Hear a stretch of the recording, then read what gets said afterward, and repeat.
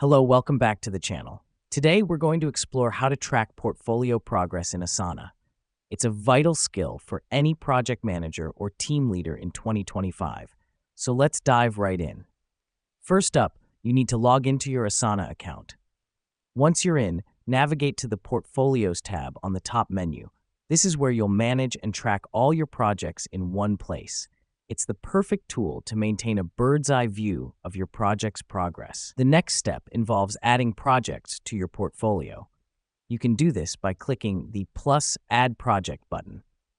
You'll then select the projects you want to track from the drop-down menu. The reason we do this is to customize and concentrate our tracking efforts. This helps us because it lets us monitor multiple projects simultaneously and see how they're progressing. Now that we've done that, let's move on to utilizing the Progress tab. Click on the project name in your portfolio and select the Progress tab. Here, you'll find a Project Status Update section, a timeline, and a Project Health section. This is a great tool as it gives you a visual representation of your project's progress. It's like having a project health check at your fingertips. Now, let's talk about setting status updates.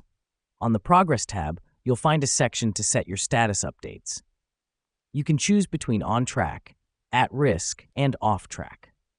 Make sure to update this regularly to keep your team informed about the project's status. This is important because it provides a clear, concise summary of your project's current state. Finally, let's look at the importance of setting goals and milestones within your portfolio. You can add these by navigating to the Goals section within your selected project.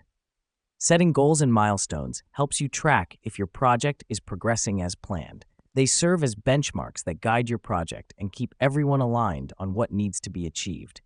So we've covered logging into Asana, adding projects to your portfolio, understanding the Progress tab, setting status updates, and creating goals and milestones.